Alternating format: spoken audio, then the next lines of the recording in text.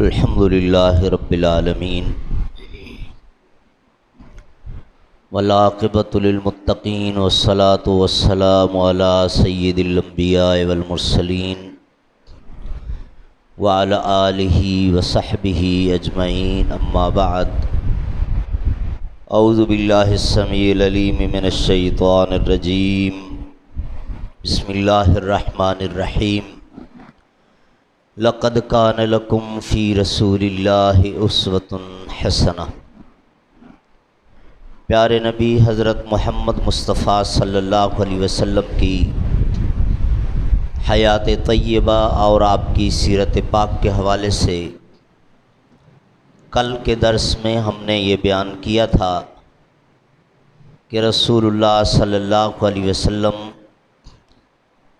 اپنے سرپرست چچا ابو طالب اور اپنی شریکہ حیات حضرت خدیجہ رضی اللہ تعالی عنہا کی وفات کے فوراً بعد طائف کا ارادہ کرتے ہیں تاکہ ان کو دعوت دی جائے۔ جانے سے پہلے آپ نے حضرت سودا بنت زمعہ رضی اللہ تعالی عنہا کے ساتھ شادی کی۔ یہ آپ صلی اللہ علیہ وسلم کی دوسری شادی تھی، اور اس کے بعد زید بن حارثہ کو اپنے ساتھ لیا۔ حضرت زید بن حارثہ کا تعارف یہ ہے کہ یہ چھوٹے سے بچے تھے، اپنی والدہ کے ساتھ کسی کام سے نکلے تھے، راستے سے ان کو کڈنیپ کر لیا گیا اور پھر اس طریقے سے بیچ دیے گئے۔ بکتے بکتے مکہ پہنچے۔ حضرت خدیجہ کے کسی رشتہ دار نے ان کو خریدا تھا، پھر ان سے حضرت خدیجہ نے خریدا، اور پھر جب رسول اللہ صلی اللہ علیہ وسلم کے ساتھ حضرت خدیجہ کی شادی ہوئی تو حضرت خدیجہ نے آپ صلی اللہ علیہ وسلم کو تحفے کے طور پہ خدمت کے لیے یہ غلام دیا تھا۔ ان کے والدین بہت پریشان ڈھونڈتے رہے، اور کوئی رشتہ دار ان کا مکہ آیا، یہاں اس نے حضرت زید کو دیکھا اور پھر اتا پتہ لیا۔ واپس جا کے اس نے ان کے والد حارثہ کو تفصیل بتائی کہ آپ کا بیٹا تو میں نے اس طریقے سے مکہ میں دیکھا ہے، اور محمد نامی شخص ہے جو اپنے آپ کو نبی بھی کہتے ہیں، ان کے پاس غلامی کر رہا ہے۔ تو حضرت زید بن حارثہ کے والد، ان کے چچا، جو جمع پونجی تھی لے کر مکہ پہنچے۔ آپ صلی اللہ علیہ وسلم سے بات کی کہ ہمارا بیٹا زید آپ کے پاس ہے۔ آپ نے فرمایا بالکل میرے پاس ہے، وہ تو غلام ہے۔ کہا جی وہ اس کے ساتھ اصل معاملہ یہ ہوا، یہ ٹریجڈی ہوئی، یہ غلام خاندان سے نہیں ہے، اس کو اغوا کیا گیا تھا اور پھر بیچ دیا گیا تھا۔ ہم اتنا عرصہ ڈھونڈتے رہے، اب ہمیں پتہ چلا۔ تو یقیناً آپ نے خریدا ہوگا، جتنے پیسے آپ کے لگے ہیں، جو قیمت آپ نے اس کی ادا کی ہے، آپ جو چاہیں ہم سے لے لیں اور یہ ہمارا بیٹا ہمیں دے دیں۔ رسول اللہ صلی اللہ علیہ وسلم نے جب ان کی یہ غم بھری داستان سنی تو آپ صلی اللہ علیہ وسلم نے فرمایا نہیں، مجھے آپ سے کچھ نہیں چاہیے، میں بالکل فری میں اس کو آپ کے حوالے کر دوں گا، کام سے گیا ہوا ہے، واپس آتا ہے تو اس سے پوچھ لیتے ہیں اس کی اپنی رائے، اگر وہ آپ کے ساتھ جانا چاہے تو میری طرف سے آزادی ہوگی۔ اب حارثہ پوری طرح کانفیڈنٹ تھے کہ ہمارے ساتھ ہمارا بیٹا کیسے نہیں جانا چاہے گا۔ زید جب آئے، آپ صلی اللہ علیہ وسلم نے بلوایا، کہا ان کو پہچانتے ہو؟ کہا جی ہاں، یہ میرے والد، یہ میرے چچا، اور یہ ملے۔ اور اس کے بعد آپ نے فرمایا کہ یہ تمہیں لینے کے لیے آئے ہیں، اور آج کے بعد تم میری طرف سے آزاد ہو، ان کے ساتھ جانا چاہو تو یہ تمہارے لیے آئے ہیں۔ حضرت زید نے انکار کر دیا کہ نہیں، میں تو نہیں جاؤں گا، تو آپ کے پاس رہوں گا۔ تو حضرت زید کے والد حارثہ کہنے لگے بیٹا تم غلام نہیں ہو، تمہارے ساتھ تو یہ معاملہ ہوا تھا اور یوں پھر تم غلامی میں آئے۔ کہا بالکل ابا مجھے پتہ چل گیا سارا معاملہ۔ تو پھر آپ آزاد نہیں ہونا چاہتے، غلامی کو ترجیح دیتے ہو، اپنے ماں باپ رشتہ داروں کو چھوڑ کر غیروں کے پاس رہنا پسند کرتے ہو، کیا ہو گیا تمہیں؟ تو حضرت زید نے کہا اللہ کی قسم کسی بیٹے کو اپنے سگے باپ سے وہ محبت نہیں مل سکتی جو مجھ غلام کو محمد سے ملی ہے، میں ان کو چھوڑ کے نہیں جاؤں گا۔ تو رسول کریم صلی اللہ علیہ وسلم نے حضرت زید کو گلے لگایا اور فرمایا آج کے بعد تم میرے بیٹے ہو، اور یہیں سے مشہور ہو گئے، لوگ کہنے لگ گئے زید بن محمد۔ لیکن بعد میں جب وہ قرآن پاک کی آیت نازل ہوئی کہ ادعوہم لآبائہم، پیار سے اگر کسی کو بیٹا یا بیٹی کہہ دیا تو وہ بن نہیں جاتا، نسب تبدیل نہیں ہوگا، اصل نسبت باپ کی طرف ہی ہوگی۔ بہرحال یہ بتانے کا میرا مقصد یہ تھا کہ رسول کریم صلی اللہ علیہ وسلم کا اخلاق دیکھیں، آپ کا چھوٹوں پر شفقت اور محبت کا انداز دیکھیں کہ جو غلام تھا وہ غلامی سے نکل کے جانے کے لیے تیار نہیں۔ بہرحال رسول کریم صلی اللہ علیہ وسلم نے زید بن حارثہ کو ساتھ لیا، طائف روانہ ہو گئے۔ ادھر مکہ والوں نے فیصلہ کر دیا، اعلان کر دیا کہ ہم واپس نہیں آنے دیں گے۔ رسول اللہ صلی اللہ علیہ وسلم نے جا کر عمرو بن عمیر ثقفی کو جا کے دعوت دی، اس کے پورے قبیلے کو، ایک ایک گھر جا کے راستوں میں کھڑے ہو کر 10 دن آپ صلی اللہ علیہ وسلم نے وہاں گزارے۔ لیکن نہ جانے ان لوگوں نے کیا فیصلہ کر رکھا تھا، کوئی ایک بندہ بھی مسلمان نہ ہوا۔ رسول اللہ صلی اللہ علیہ وسلم کو بڑی شدید تکلیف، اور پھر 10ویں دن جب آپ صلی اللہ علیہ وسلم نے واپسی کا ارادہ کیا تو وہ ظلم کیا ان ظالموں نے، ہر طرف سے پتھروں کی بارش کر دی۔ رسول اللہ صلی اللہ علیہ وسلم لہو لہان ہو گئے۔ حضرت زید بن حارثہ کہتے ہیں میں اچھل اچھل کر آگے بڑھ بڑھ کے آپ صلی اللہ علیہ وسلم کی طرف آنے والے پتھروں کو روکتا تھا، ایک ہاتھ پہ دوسرے ہاتھ پہ، لیکن اس کے باوجود اتنی چوٹیں رسول اللہ صلی اللہ علیہ وسلم کو لگ گئیں کہ حالت دیکھی نہیں جا رہی تھی۔ پھر آبادی سے جو ہی تھوڑا سا باہر نکلے، میں نے آپ صلی اللہ علیہ وسلم کو عرض کیا کہ اللہ کے رسول آپ ذرا تشریف لائیے، ساتھ ہی ایک باغ تھا، درخت کے نیچے میں نے بٹھایا کہ میں آپ صلی اللہ علیہ وسلم کا بلڈ صاف کروں، کہیں سے آپ کے لیے پانی لے کر آؤں۔ جب وہاں بٹھایا آپ صلی اللہ علیہ وسلم کا امامہ مبارک اتارا، رسول اللہ صلی اللہ علیہ وسلم نے بند جوتا پہنا ہوا تھا، کہا جب میں نے آپ صلی اللہ علیہ وسلم کا جوتا اتارا تو خون سے بھرا ہوا تھا، میری آنکھوں سے آنسو بہہ رہے تھے۔ میں نے کہا اللہ کے رسول آپ نے ان کا کیا بگاڑا تھا، انہوں نے کیوں آپ کے ساتھ ایسا کیا؟ اللہ ان کو، کہا یہ میں کہنے والا تھا کہ رسول اللہ نے میرے منہ پہ ہاتھ رکھ دیا۔ زید آگے کچھ نہ کہنا، آگے کچھ نہ کہنا، ہم فائدے میں یہی نقصان میں، ہم فائدے میں یہی نقصان میں۔ کتنا بڑا جملہ ہے، وہ بندہ جو زخموں سے چور پڑا ہے، لہو لہان پڑا ہے، وہ کہتا ہے میں فائدے میں ہوں، یہ مارنے والے تشدد کرنے والے یہ نقصان میں۔ فرمایا کہ دیکھو ہم اپنے کسی کام سے نہیں آئے تھے، اللہ کا مشن لے کر آئے تھے، وہ حکم تعمیل کرنے کا ہمیں ثواب الگ ملے گا، اور جو اس راستے میں تکلیف آ گئی ہے اس پر صبر کریں گے تو اس کا ثواب بونس کے طور پہ الگ ملے گا۔ ہماری تو 10 کی 10 گھی میں، ہم فائدے میں، یہ نقصان میں۔ اور میں آپ کو بتاتا چلوں کہ رسول اللہ صلی اللہ علیہ وسلم سے غزوہ احد کے بعد، غزوہ احد جس میں رسول اللہ صلی اللہ علیہ وسلم کے دندان مبارک شہید ہوئے تھے اور آپ کا بایاں کندھا اوپر سے عبداللہ ابن قمہ کے وار سے ایک پورا پیس اڑ گیا تھا، اتنی شدید تکلیف، گھائل ہو کر آپ صلی اللہ علیہ وسلم پہاڑی کے ساتھ ٹیک لگا کے بیٹھے تھے، انشاءاللہ اس کا ہم تذکرہ کریں گے۔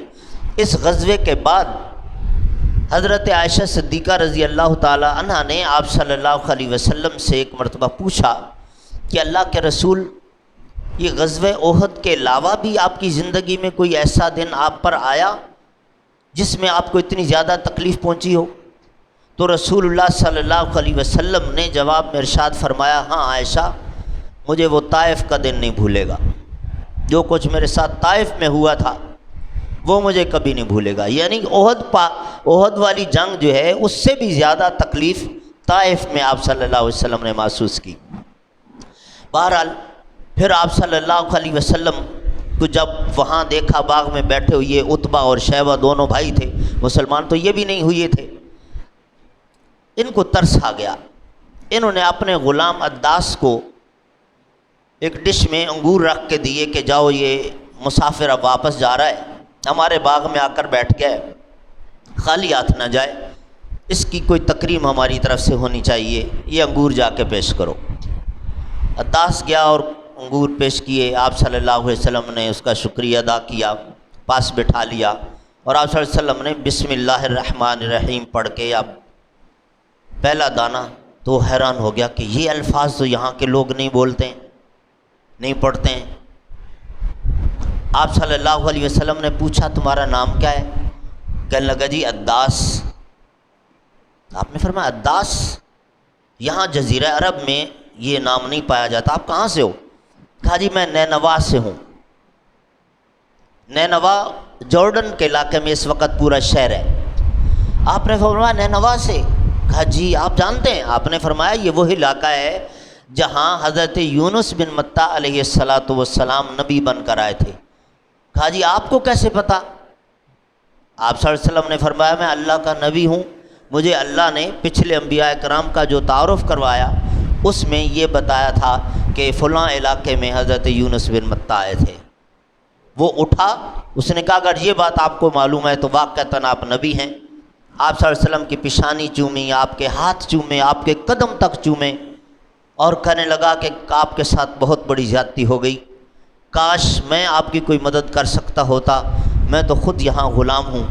اب یہ کیفیت جب اس کے مالک نے عتبہ نے دور سے دیکھی تو اس کو بلایا اور ڈانٹنے لگا کہ میں نے تمہیں بھیجا تھا کہ انگور جا کے دے کر آؤ، تم اس کو جا کے چومنے چاٹنے لگ گئے۔ تو غلام ہونے کے باوجود اس نے بڑی جرت سے یہ بات کی کہ نہیں جناب، یہ عام آدمی نہیں ہے، یہ تو طائف والوں کے پاس اللہ کی بہت بڑی رحمت آئی تھی، طائف والوں نے اس کی قدر نہیں کی، یہ تو بہت بڑی ہستی ہے۔ وہ اس مالک نے ڈانٹ دیا، بس جاؤ اپنا کام کرو، چھوڑ دیا۔ رسول کریم صلی اللہ علیہ وسلم وہاں سے اٹھے اور پھر آپ صلی اللہ علیہ وسلم کے پاس جبریل امین آ گئے۔ اللہ کے رسول آپ کی یہ حالت دیکھی نہیں جاتی، یہ کیا کیا ان ظالموں نے آپ کے ساتھ؟ اگر آپ انتقام لینا چاہیں آرڈر کریں، میرے ساتھ پہاڑوں والے فرشتے بھی آئے ہوئے ہیں، ہم ان کو دو پہاڑوں کے درمیان گرینڈ کر کے رکھ دیں، ان کا قیمہ بنا دیں، آپ آرڈر کریں۔ رسول کریم صلی اللہ علیہ وسلم نے فرمایا کوئی بات نہیں جبریل، اللہم اہد قومی فانہم لا یعلمون، انہوں نے مجھے پہچانا نہیں۔ جبریل کہنے لگے اللہ کے رسول دیکھیں نا، یہ آپ کی گردن پہ اتنا زخم، یہ تھوڑا سا اگر گہرا ہو جاتا تو کیا بچتا؟ آپ صلی اللہ علیہ وسلم جواب میں کیا فرماتے ہیں؟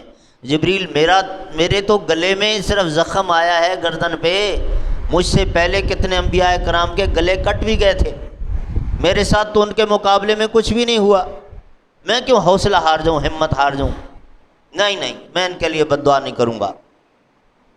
اب دیکھیں بندے کو کہیں چوٹ پہنچے، تکلیف پہنچے تو جس کے ساتھ دشمنی ہو نا اس کے پاس بھی جا کے منتیں کرنے لگتا ہے کہ میری مدد کرو۔ اب اپنی پی ڈی ایم اور ان کو سب کو دیکھ لو، جو ایک دوسرے کو گالیاں دینے والے روڈ پہ، مفاد پڑتا ہے تو سب اکٹھے بھی ہو جاتے ہیں، ایک دوسرے کے جا کے پاؤں پکڑتے ہیں کہ آؤ اس مشکل سے مل کر نکلیں۔ رسول کریم صلی اللہ علیہ وسلم کو یہاں سے نہیں آسمان سے آفر ہو رہی تھی کہ اگر بدلہ لینا چاہیں تو، اور آپ صلی اللہ علیہ وسلم فرماتے ہیں نہیں۔ کتنی اعلیٰ ظرفی ہے، کتنا بڑا سینہ آپ کا، کتنا بڑا دل معاف کرنے کا۔ بہرحال رسول کریم صلی اللہ علیہ وسلم نے جبریل کو ان الفاظ سے منع کر دیا۔ اٹھے تھوڑا سا آگے چلے تو آپ صلی اللہ علیہ وسلم کے پاس جن آئے، جنوں کا ایک پورا گروپ، اور رسول کریم صلی اللہ علیہ وسلم سے ملاقات، قرآن پاک کی چاند آیات سنی، مسلمان ہوئے۔ پھر آپ صلی اللہ علیہ وسلم کے ساتھ وعدہ کر کے گئے کہ ہم واپس جا کے اپنی قوم کو بھی آپ کا بتائیں گے اور ان کو بھی اس کی دعوت دیں گے۔ قرآن پاک میں 2-3 جگہ پہ ان جنوں کا ذکر اللہ رب العالمین نے کیا ہے کہ انہوں نے کہا جا کر واپس کہ انا سمعنا قرآنا عجبا یہدی الی الرشد فآمنا بہ۔ یہ معاملہ، اب اس میں ایک سبق تھا، رسول کریم صلی اللہ علیہ وسلم کی ایک حوصلہ افزائی تھی، ایک پیغام تھا کہ طائف والے لوگ مسلمان نہیں ہوئے، پریشان نہ ہو آپ نے یہاں آنے کا ارادہ اس لیے کیا تھا کہ اگر یہ قبیلہ مسلمان ہو جاتا ہے مجھے بڑی سپورٹ ملے گی، مکہ کے اندر بھی ان کا بڑا انفلوئنس ہے، اثر رسوخ ہے، وہاں بھی ظلم ختم ہو جائے گا اور طائف بھی ہمارے پاس آ جائے گا، ان کی طرف سے مدد ملے گی۔ یہ مسلمان نہیں ہوئی ہے، یہ مدد گئی، فکر مت کریں، جن ہمارے پاس ایسی مخلوق ہے کہ جو دکھائی بھی نہیں دیتی، اگر ضرورت پڑی ہم ان کو آپ کی مدد کے لیے بھیج دیں گے، اور ان کی بھی ضرورت نہیں، آپ کو اللہ کافی ہے۔ یہ ایک پیغام تھا۔ اس کے بعد آپ صلی اللہ علیہ وسلم آگے بڑھے، جب مکہ کے قریب پہنچے حضرت زید نے کہا اللہ کے رسول یاد ہے نا مکہ والوں نے تو اعلان کیا ہوا ہے کہ ہم نہیں داخل ہونے دیں گے واپس۔ آپ نے فرمایا بالکل یاد ہے، میں تمہیں بتاتا ہوں، تھوڑا سا آگے چلتے ہیں۔ اور پھر آپ صلی اللہ علیہ وسلم نے وہیں پر جبل نور غار حرا جس کا ہم نے پہلے تذکرہ کیا تھا، وہاں جا کر آپ نے اسٹے کیا اور پیغام بھیجا حضرت زید کے ذریعے۔ اخنس بن شریک بڑا لیڈر تھا، اس کی طرف اس نے کہا دل تو بڑا چاہتا ہے کہ محمد جیسے بندے کو میں ضرور پناہ دوں اور ان کی گارنٹی دوں، لیکن میں سارے قبائل کے ساتھ کیسے لڑوں گا، میرے بس میں نہیں ہے۔ رسول کریم صلی اللہ علیہ وسلم نے کئی ایک بندوں کے نام ان کو دیے تھے زید بن حارثہ کو کہ اگر یہ بندہ ایگری ہو جائے تو ٹھیک ہے، یہ نہ ہو تو یہ، پھر یہ، پھر یہ۔ مطعم بن عدی کا بھی نام تھا اس میں۔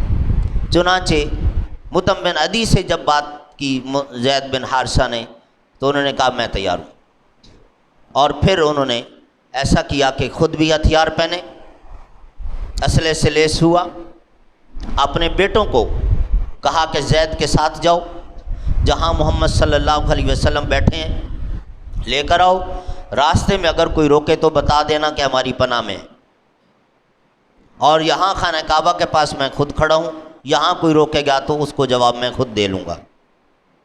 رسول کریم صلی اللہ علیہ وسلم تشریف لائے سیدھا خانہ کعبہ۔ اب اس نے مطعم بن عدی نے اعلان کر دیا کہ محمد صلی اللہ علیہ وسلم کو کوئی روکنے کی جرت نہ کرے، میری پناہ میں ہے۔ ابو جہل نے کہا تم نے صرف پناہ دی ہے یا بے دین بھی ہو گئے ہو؟ یعنی ایسے ظالم کہ اگر کلمہ پڑھ لیا اتنے بڑے آدمی نے بھی تو پھر وہ بھی القاعدہ، سب بلیک لسٹڈ ان کو سمجھتے تھے۔ بہرحال مطعم بن عدی نے کہا نہیں میں نے صرف پناہ دی، اس میں بھی اللہ کی حکمت ہے۔ رسول کریم صلی اللہ علیہ وسلم نے خانہ کعبہ میں کچھ عبادت کی، اس کے بعد اپنے گھر تشریف لے گئے، اور اس احسان کو آپ صلی اللہ علیہ وسلم نے ہمیشہ یاد رکھا۔ مطعم بن عدی کے بیٹوں کو آپ صلی اللہ علیہ وسلم فرمایا کرتے تھے، اور خاص طور پہ بدر کی جنگ میں جب جبیر بن مطعم غلام بن کے آئے تھے، قیدی بن کے آئے تھے، تو آپ صلی اللہ علیہ وسلم نے اس وقت بھی فرمایا تھا کہ اس کا باپ اگر اس دن مجھے پناہ نہ دیتا تو میں تو اپنے بچوں سے بھی نہیں مل سکتا تھا، اس کا بہت بڑا مجھ پر احسان۔ چنانچہ آپ صلی اللہ علیہ وسلم نے ان کو رہا بھی کیا تھا۔ بہرحال احسان مندی بھی ایک بہت بڑی اعلیٰ خصلت ہے کہ کسی کی نیکی کو یاد رکھنا، اور رسول اللہ صلی اللہ علیہ وسلم کی وہ حدیث ہے من لم یشکر الناس لم یشکر اللہ، جو لوگوں کا شکریہ ادا نہیں کرتا وہ اللہ کا کیا شکر ادا کرے گا۔ تو اگر کسی نے نیکی کی ہو تو اس کی نیکی کو، اس کی بھلائی کو یاد رکھنا چاہیے، یہ بھی اس حدیث سے ثابت ہوا۔ نبی کریم صلی اللہ علیہ وسلم نے اب ٹارگٹ کیا ہوا تھا کہ جو آؤٹ سائیڈرز ہیں، باہر سے جو آنے والے لوگ ہیں، ان کو زیادہ فوکس کرنا ہے تاکہ کوئی بندہ خالی واپس نہ جائے، میری ان سے ملاقات ہو، میں ان کو دعوت دوں۔ مکہ والوں کا ریسپانس تو 10 سال میں دیکھ لیا تھا۔ اسی عرصے میں آپ صلی اللہ علیہ وسلم کی ملاقات ہوئی یثرب سے آنے والے 7 بندوں سے، جن میں حضرت طفیل بن عمرو دوسی اور عبادہ بن صامت، اسید بن خدیر، عماد ازدی، ان کے نام خاص طور پہ ذکر کیے گئے۔ رسول کریم صلی اللہ علیہ وسلم نے ان کو دعوت دی اور یہ سارے کے سارے مسلمان ہو گئے، اور پھر آپ صلی اللہ علیہ وسلم کی دعوت کو انہوں نے یثرب میں بھی جا کر شروع کر دیا تھا اور بہت اچھا ریسپانس ملنا شروع ہو گیا وہاں سے۔ پھر رسول کریم صلی اللہ علیہ وسلم کو انہیں ایام میں اللہ رب العالمین نے معراج کروائی۔ آج 5 منٹ زیادہ میں آپ کے لوں گا تاکہ اس کو مکمل کر لیں۔ رسول کریم صلی اللہ علیہ وسلم رجب کا مہینہ 27 رجب، اور اس کی تاریخ میں بھی بڑا اختلاف ہے، لیکن صحیح بات یہی ہے کہ حضرت خدیجہ اور آپ کے چچا ابو طالب کی وفات کے بعد اور پھر طائف سے واپسی کے بعد آپ صلی اللہ علیہ وسلم کو معراج کروائی گئی۔ اب حضرت خدیجہ کی وفات رمضان کے مہینے میں اور نبوت کے 10ویں سال میں ہوئی ہے، تو یقیناً یہ اس کے بعد کا واقعہ ہے۔ اب سال کون سا، لیکن 27 رجب آپ صلی اللہ علیہ وسلم اپنی چچا زاد بہن حضرت ام ہانی جو حضرت علی کی بڑی بہن تھیں، ان کے ہاں ود فیملی اس رات مہمان تھے۔ فرشتہ جبریل امین آیا، آپ صلی اللہ علیہ وسلم کو وہاں سے لے کر خانہ کعبہ آپ صلی اللہ علیہ وسلم نے طواف کیا، زمزم پیا، اور یہاں پر آپ صلی اللہ علیہ وسلم کا دوبارہ وہ شق صدر والا اوپن ہارٹ سرجری والا واقعہ جو میں نے آپ کو بتایا تھا کہ 4 سال کی عمر میں حلیمہ سعدیہ کے ہاں آپ کا ہوا تھا، دوبارہ ہوا۔ اور اس کے بعد رسول اللہ صلی اللہ علیہ وسلم کو بیت المقدس لے کر گئے جبریل۔ جب آپ صلی اللہ علیہ وسلم وہاں پہنچے تو بہت سارے لوگ، بڑی اچھی پرسنالٹیز، سفید لباس میں ملبوس لائنز میں کھڑے ہیں۔ آپ صلی اللہ علیہ وسلم نے پوچھا جبریل یہ کون ہے؟ کہا جی یہ آپ سے پہلے جو یہاں اللہ نے نبی اور رسول بھیجے تھے یہ وہ ہیں۔ یہ کیوں کھڑے ہیں؟ کہا ان کو عبادت کرنی ہے اور اپنے امام کی انتظار کر رہے ہیں۔ امام کون؟ تو جبریل امین نے آپ صلی اللہ علیہ وسلم کے کندھوں پر ہاتھ رکھ کے کہا کہ جی ان کی امامت آپ کریں گے۔ رسول کریم صلی اللہ علیہ وسلم نے وہاں جو نماز پڑھائی، اس وقت جو بھی طریقہ کار تھا، ابھی یہ والی کیفیت، یہ مناسک تو ابھی آئے نہیں تھے، یہ اس وقت جو ہم نماز پڑھتے ہیں یہ تو معراج کے بعد ہوا۔ آپ نے جو عبادت کی وہاں پر امامت کروائی، اسی اعتبار سے آپ کو امام الانبیاء کا لقب ملا۔ اور ایک بات اچھی طرح سمجھ لیجئے کہ وہ جیسے ہم اس دنیاوی زندگی اور اس کیفیت میں ہیں، یہ کیفیت نہیں تھی، یہ عالم مثل ہے واقعہ معراج پورے کا پورا، کہ جب بتایا جاتا ہے یا پڑھا جاتا ہے یا سنا جاتا ہے ایسے محسوس ہوتا ہے جیسے دنیا میں ہم مشاہدہ کر رہے ہوتے ہیں، لیکن اس کی اصل کیفیت اللہ رب العالمین خود جانتا ہے۔ اب یہ اللہ کا نظام ہے کہ ایک مرتبہ جو اس دنیا سے گیا وہ واپس اس دنیا میں نہیں آئے گا سوائے اسی محشر کے، قیامت والے دن اٹھایا جائے گا، صرف حضرت عیسیٰ علیہ السلام آئیں گے۔ وہ نبی کیسے آ گئے تھے یہ اللہ تعالیٰ خود جانتا ہے، ہمیں جتنا بتایا گیا ہے ہم ایمان لائیں گے، انکار نہیں کر سکتے۔ اس کے بعد رسول اللہ صلی اللہ علیہ وسلم کا سفر آسمانوں کا شروع ہوا۔ براق جو سواری آپ صلی اللہ علیہ وسلم کے لیے بھیجی گئی تھی، پہلا آسمان، دوسرا آسمان، تیسرا، چوتھا، پانچواں، چھٹا، ساتواں۔ پہلے آسمان پہ حضرت آدم علیہ السلام، دوسرے پہ حضرت یحییٰ، پھر سارے انبیاء کرام سے ملاقاتیں، وہ سب آپ کی نبوت کا بھی اقرار کر رہے۔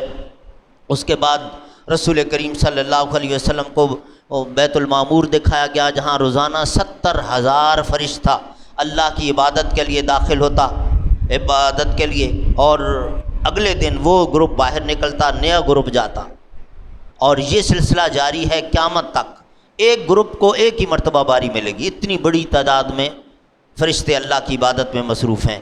یہ فرشتے بھی نہ کریں، اللہ کو کسی کی ضرورت نہیں ہے، اللہ الصمد، اللہ بے نیاز ہے، وہ دکھایا گیا۔ پھر وہ سدرۃ المنتہا، جہاں جا کر جبریل امین نے کہا کہ جی اب آگے میں نہیں جا سکتا ہوں، میری حد ختم ہو گئی ہے۔ جیسے ہمارے یہاں ہوتا ہے نا، ریڈ کارپٹ بچھا ہوا ہے، VIP یہاں سے آئیں گے، باقی لوگ پیچھے رک جائیں گے، تو یہاں سے آگے آپ خود جائیں گے۔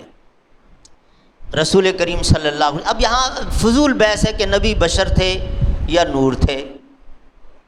غلط سمجھ لیا کہ شاید نور جو ہے وہ بشر سے افضل ہوتا ہے۔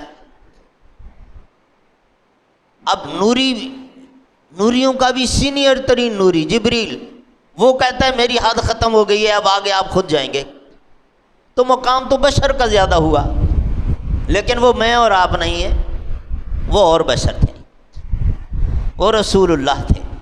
بہرحال اللہ رب العالمین کے ساتھ پھر آپ کی ملاقات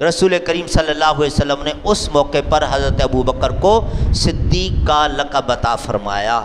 تو میرے بھائیوں، یہ صدیقی ایمان یہ ہے کہ بغیر چوں چراں کے، بغیر تصدیق کے، بغیر تحقیق کے، بغیر لیٹسٹ ٹیکنالوجی کی ریسرچ کے، بغیر سائنس اور میڈیکل سائنس کی ریسرچ کے، ان کے ریزلٹس کے، جب بتایا جائے کہ یہ اللہ کا حکم ہے، یہ نبی کا فرمان ہے، گردن جھک جائے۔